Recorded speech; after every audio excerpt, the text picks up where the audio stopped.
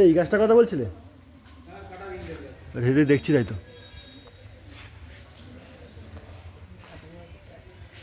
বাহ, আজব ব্যাপার তো। বেলও তো দেখতে হয়েছে।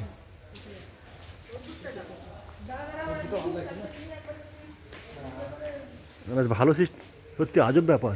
এটা ভালো করে দেখাই।